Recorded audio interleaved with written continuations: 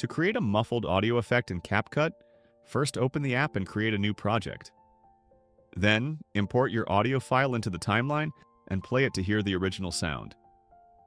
To create a muffled audio effect in CapCut now, go to the speed option and increase the time slider to 10 times. This will temporarily speed up the audio, which is an important step for creating the effect next. Enable the voice tone change option.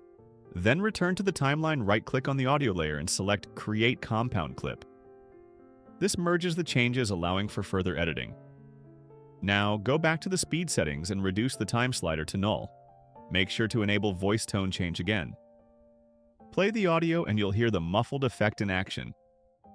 I'll show you how to fix something went wrong while attempting to sign you in now. How to create a muffled audio effect in CapCut for extra customization. Try applying a voice filter, just go to Voice Changer. Explore different effects and choose the one that fits your style.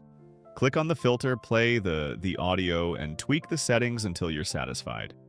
Once you're happy with the result, click Export and your muffled audio is ready.